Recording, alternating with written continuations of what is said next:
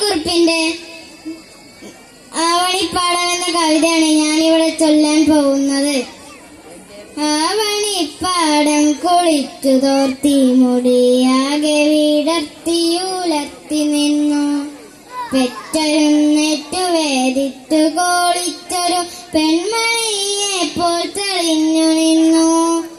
ആയമ്മയെ കാണനക്കരെ ഇക്കരെ ആ വഴി വഴിയാരു വന്നു. ഓരോരോ പായാരം തങ്ങളിൽ ചൊല്ലി ഓരായിരം കിളിയൊത്തു വന്നു.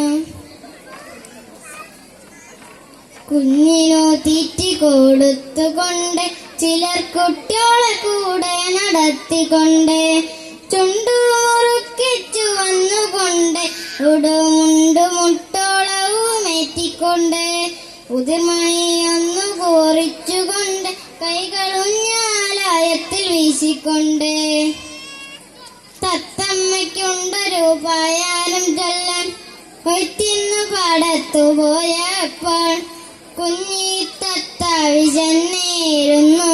കുട്ടിനുള്ളിൽ തളർന്നിരുന്നു.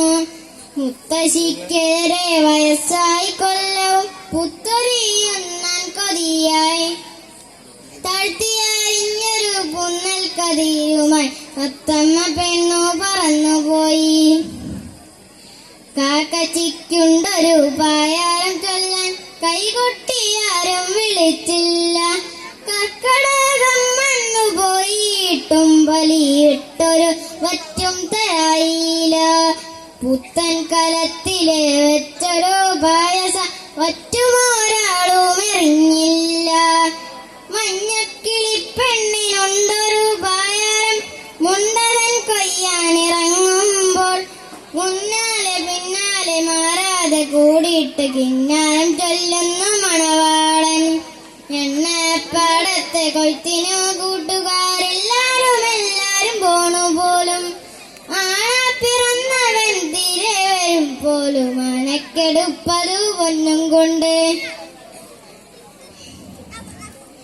കുന്തിച്ചു ചാടും കുളക്കോഴി കൊച്ചു പെണ്ണൊന്നു പൂലമ്പുന്നു നാത്തൂനോട്.